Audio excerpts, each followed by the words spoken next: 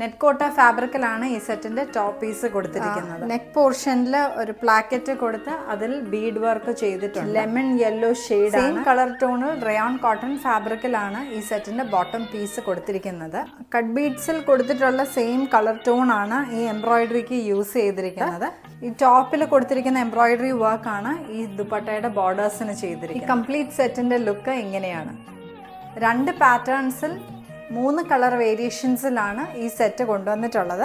അക്വാ blue ഷെയ്ഡാണിത്.